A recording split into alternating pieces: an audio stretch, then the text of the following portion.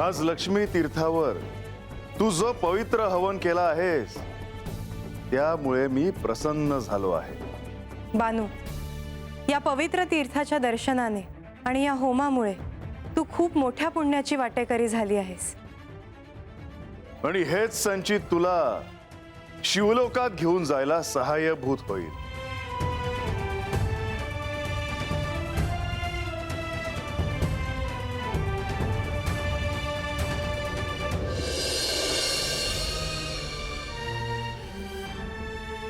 अगं बाय अगं, दमलंय माझं लेकरू। झोप।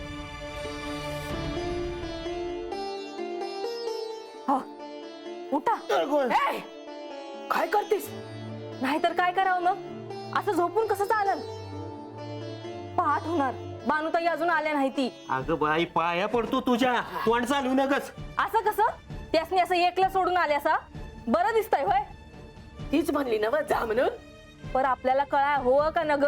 मावशी, मावशी, बानू बानू, अगं धावत काय आली? काय झालं काय? मावशी अगं मला देवानी दर्शन दिलं बघ। आणि नुसतं देवानीच नाही, महालक्ष्मी देवींनी बी मला दर्शन दिलं।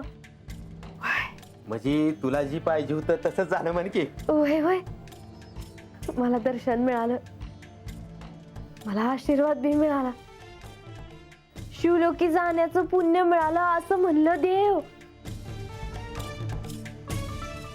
मावशी, मला जर देवींनी दर्शन दिलं नसतं आणि लक्ष्मी तीर्थाचं सांगितलंच नसतं तर मला आज हे पुण्य लाभलंच नसतं ग।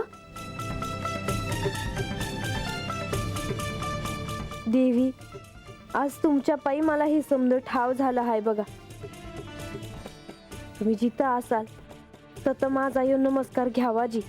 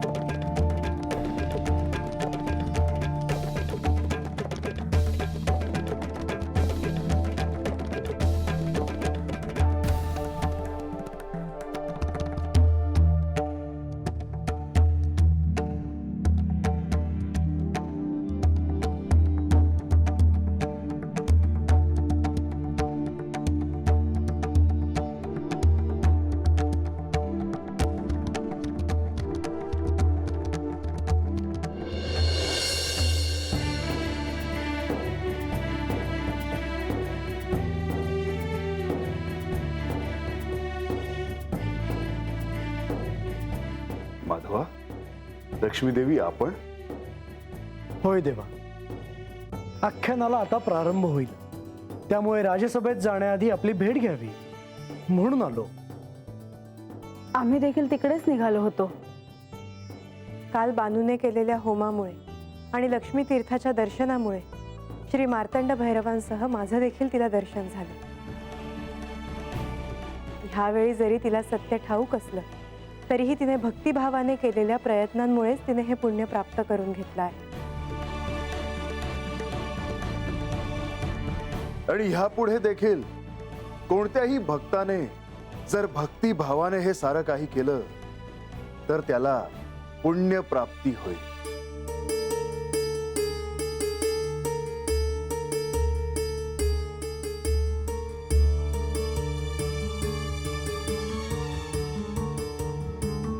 म्हाळसा, काय झालं? मला केवळ एकच काळजी वाटते आहे। कसली काळजी म्हाळसा? हे सारं घडत असताना आपल्याला पुण्य प्राप्त होत आहे, या भावनेने तिने मोहमायेत अडकून राहू नये। तिने पुढे जावं। जर ती या भौतिक सत्यात, भौतिक विश्वात अडकून राहिली तर तिला आत्मनिष्ठ सत्य जे आहे ते जाणून कसं घेता येईल? देवी, आपण सत्य बोललात। माया ही मोहमाया देखील आहे आणि योग माया देखील आहे। आणि माधवा, ही माया तुमच्या आज्ञेत आहे. देवा, आपण जाणताच की आपलं कार्य निरनिराळं जरी असलं तरी तत्व हे एकच आहे. मला असं वाटत आहे की या आख्यानाच्या अनुषंगाने बाणाईला भौतिक सत्य आणि आध्यात्मिक सत्य या दोन्हीचं ज्ञान व्हायला हवं. होय माधवा, भौतिक सत्य आणि आध्यात्मिक सत्य या दोन्हीचीही सांगड घालून तिला हे सारं काही प्राप्त करायचं आहे. भौतिक सत्याशिवाय आध्यात्मिक सत्याचा शोध नाही, तसेच आध्यात्मिक सत्याशिवाय भौतिक सत्याचे प्रयोजन नाही. आणि त्यामुळे या दोन्ही गोष्टी का महत्वाच्या आहेत हे तिला कळायला हवं. पण तिला हे थेट सांगता येणार नाही. त्यासाठी आख्यानातील कथानकाचे सहाय्य घ्यावे लागेल. हो म्हाळसा, कारण हाच मार्ग तिच्यासाठी उत्तम आहे. आता आपण निघूयात. सगळेजण आपली आणि आख्यान कधी प्रारंभ होते आहे याची वाट बघतायत. होय माधवा, लक्ष्मी देवी, निघूयात.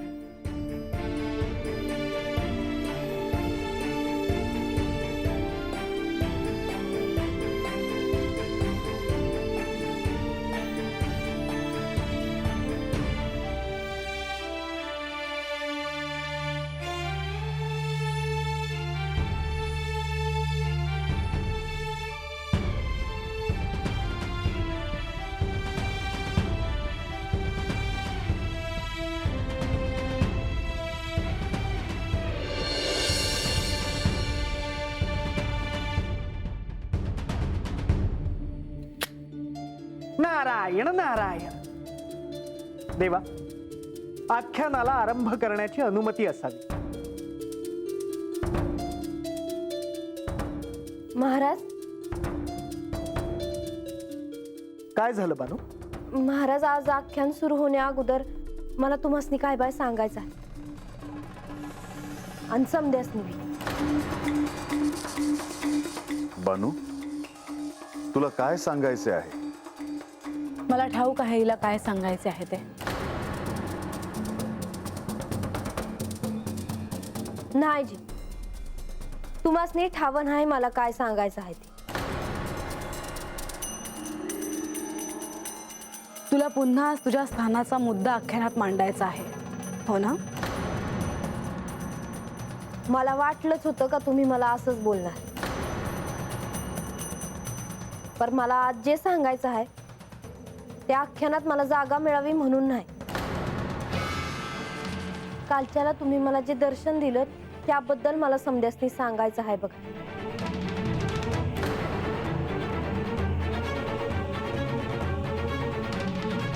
तुम्ही हिला दर्शन दिले? होय. आणि नुसतं देवांचंच नाही तर महालक्ष्मी देवींनी बी मला दर्शन दिलं. आणि मला ठाव आहे का ह्या आख्यानातनं मला काय बाय कळावं म्हणूनच हे समज झालं. मला देवांचा आशीर्वाद बी मिळाला. मला इथे सर्वांना सांगावेसे वाटते की माझ्या प्रिय अशा जेजुरीच्या परिसरात श्री महालक्ष्मींच्या प्रेरणेने अत्यंत पवित्र असे लक्ष्मी तीर्थाची निर्मिती झाली आहे.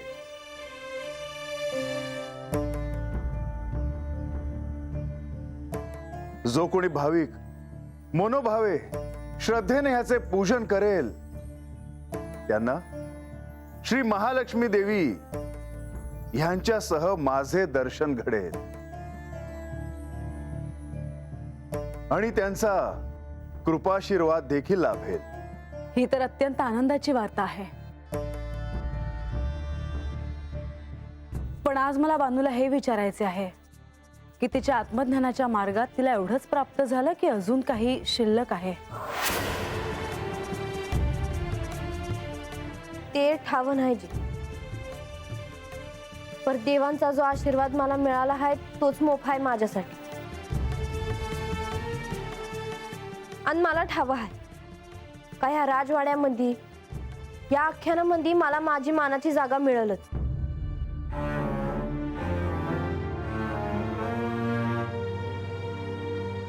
मुनिवर, या आख्यानातून बाणाईला आत्मज्ञानाच्या मार्गात भौतिक आणि आध्यात्मिक सत्याबद्दल जाणून घेणं आवश्यक आहे. होय प्रभू, परंतु हे बानूला थेट कसं सांगणार? बाणाईला हे कसं सांगावं हे मी तुम्हाला सांगावं आता? तसे नाही प्रभू, मी त्याचाच विचार करतो आहे की बानूला मी कशा प्रकारे सांगितलं तर ध्यानात येईल. मुनिवर, आता आपण आख्यानाला प्रारंभ करा. नारायण नारायण. होय देवा.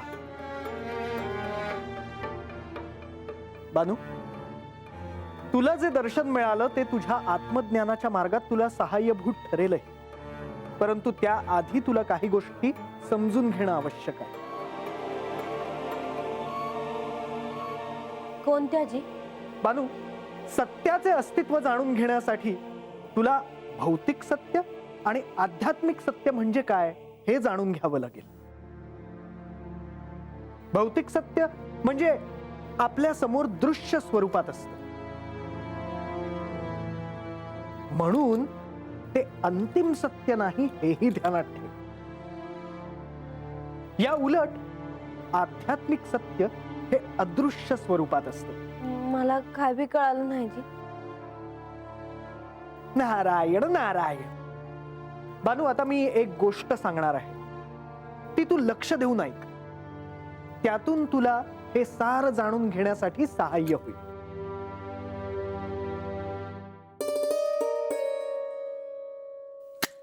नारायण नारायण. या ब्रह्मांडाची निर्मिती एका विशिष्ट हेतूने झाली आणि त्यासाठी या प्रकृतीशी अर्थात या भौतिक सत्याशी वचनबद्ध होणे आवश्यक असते. परंतु काही हे नाकारतात, कारण त्यांना या भौतिक जगाशी काही देणे घेणे नसते.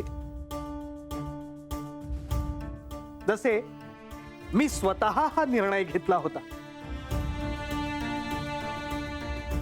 कारण माझ्या मनात केवळ माझ्या आराध्यांचे मी नामस्मरण करत राहावे एवढीच भावना होती. आणि या माझ्या मार्गात मी कधी पुढे पुढे जात राहिलो हे माझ्याही ध्यानात आले नाही.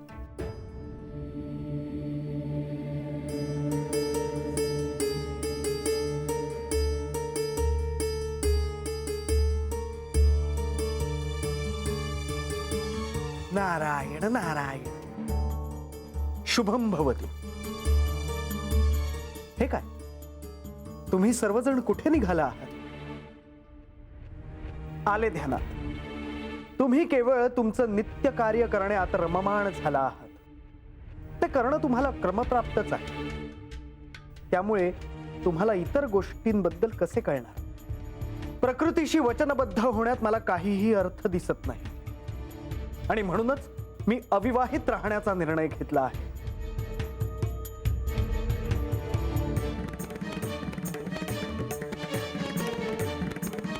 आम्हा सगळ्यांना तुमचं म्हणणं पटतं आहे बंधू. आम्ही देखील तुमच्यासारखं अविवाहित राहण्याचा निर्णय घेतला आहे.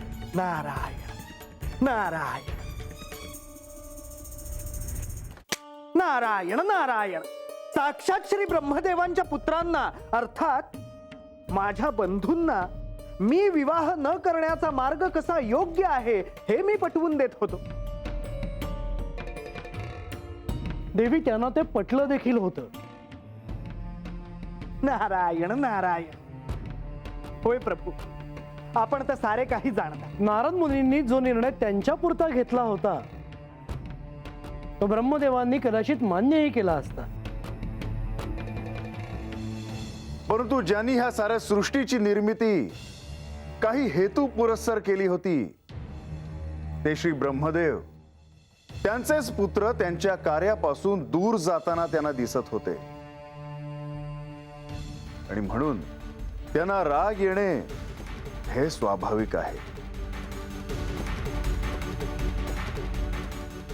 आणि म्हणूनच हे सर्व नेमकं का घडत आहे याची जाणीव मला व्हावी म्हणून त्यांनी मला शाप दिला.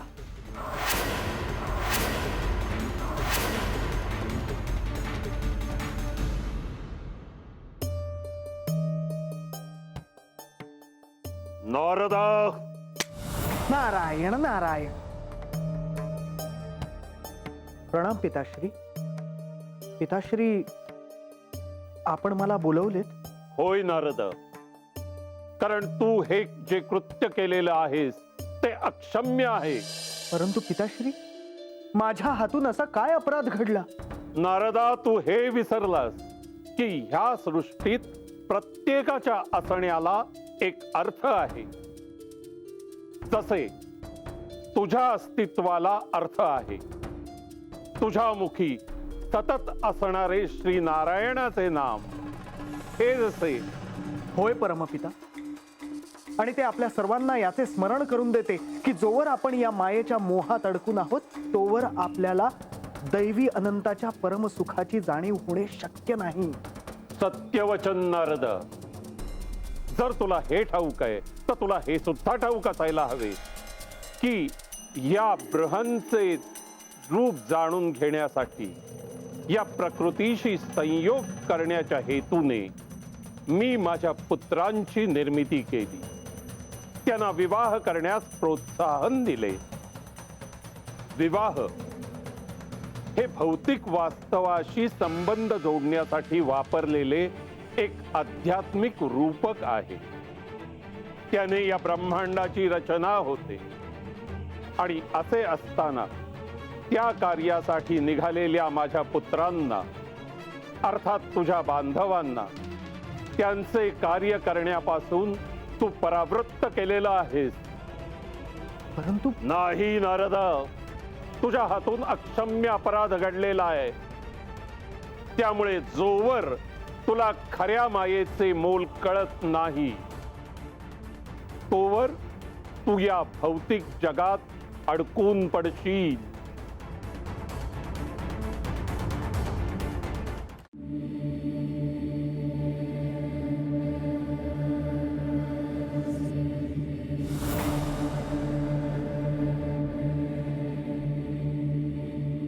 हे प्रभू,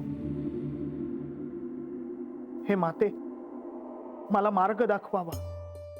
मी आपल्या शरण आलो आहे. काय झालं नारद मुनी? हे प्रभू, मला श्री ब्रह्मदेवांनी शाप दिला आहे. शाप? आणि तो कोणता? मी त्यांच्या पुत्रांना, अर्थात माझ्या बांधवांना विवाह करण्यापासून परावृत्त केले. म्हणून त्यांचा राग अनावर झाला आणि त्यांनी मला शाप दिला की जोवर मला मायेचे मोल कळत नाही तोपर्यंत मी या भौतिक जगात अडकून पडेन. त्यांनी काही अनुचित केलं असं मला वाटत नाही, कारण आपण त्यांच्या कार्यात हस्तक्षेप केला. सृष्टीचा समतोल राखण्यासाठी प्रत्येकावर काही ना काही दायित्व असतं. त्यात हस्तक्षेप झाला. हे माते, हे प्रभू, माझ्या ध्यानात आले आहे. परंतु आता तुम्हीच मला यातून मार्ग दाखवावा.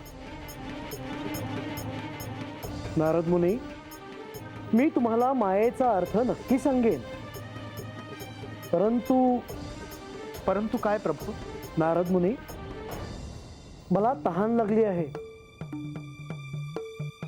माझी तहान भागवा. मला पाणी आणून द्या. नंतरच तुमच्या शंकेचं निरसन करेन. पाणी? होय मुनिवर. काय झालं मुनिवर? काही नाही माते, मी येतो. आपल्या आज्ञेप्रमाणे मी आपल्यासाठी पाणी आणायला जातो. येतो मी.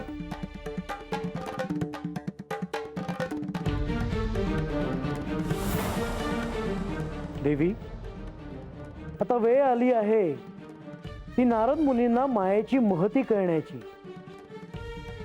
त्याचा अर्थ कळण्याची.